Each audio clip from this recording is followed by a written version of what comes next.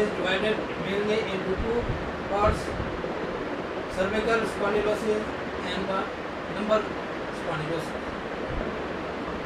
The main cause is disc herniation.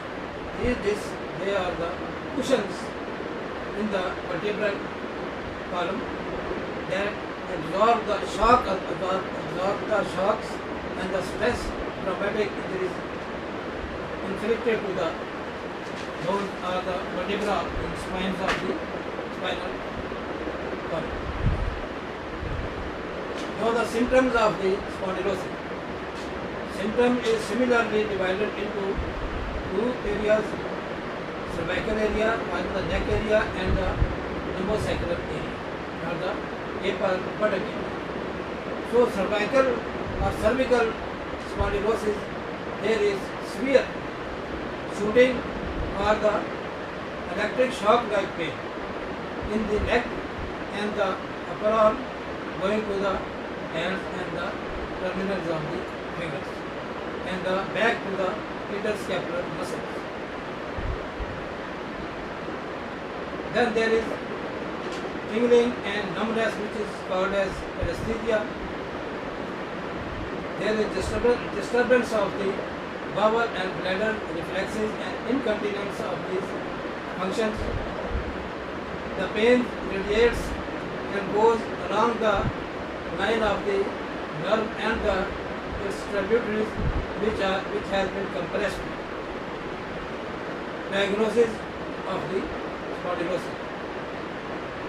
The main cause of the spondylosis, whether it is cervical, whether it is lumbar, is disc herniation. That is degeneration in the disc size and the diminution in the function of the disc to absorb the shock.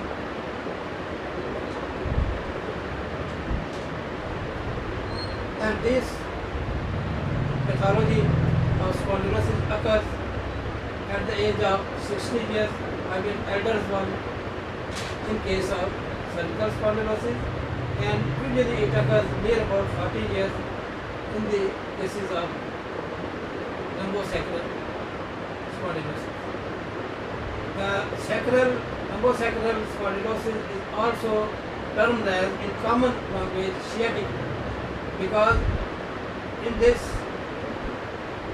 pathology, which is compression of the nerve, but it is a bundle of nerve fibers, which is called as sciatic nerve, and it passes from the foramen or the exit pores or holes of the spinal cord into the buttock behind the muscles, and that passes along the back of the thigh, back of leg into the feet and the toes. The muscle which is undergo spasm, contraction, and then produces swelling, inflammation of the nerves. So that produces the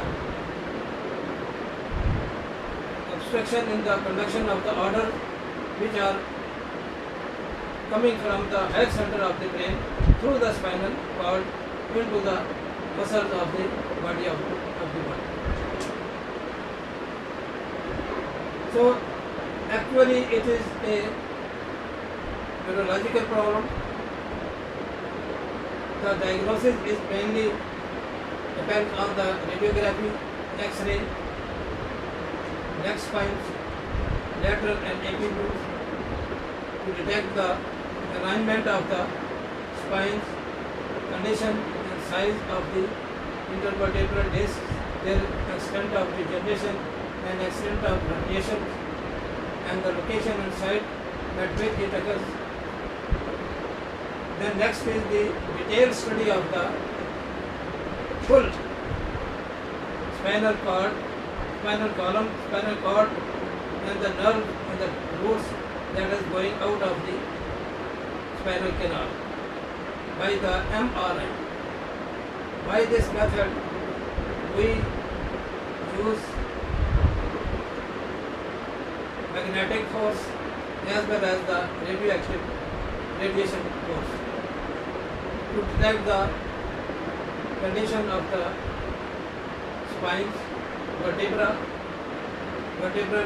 canal, any obstruction by tumor or cyst, soft tissue, ligaments, condition and swelling of the ligaments, in any sort of obstruction which is in the pathway of the normal passage of the nerves which are coming from the spinal column and going out through the holes into the muscles of the body. The next we can perform CT scan, and this is also assisted by the injection of the radiopaque dye into the spinal canal to visualize the complete inner picture of the spinal column. By this procedure, detailed study of the obstruction and the pathology extra to the obstruction produced by the bony degeneration by the tumors or cysts, etc. Then we perform electrobiography. By this process, we estimate the intensity of the currents which passes from the nerve into the peripheral muscles. And also, moreover, we can judge or estimate the neuromuscular impulse intensity and transmission rate. This process of the pathology, I mean the spondylosis, is also a medial predisposition is present in this case also. That most of the cases are the traumatic one and the herniation of the disc.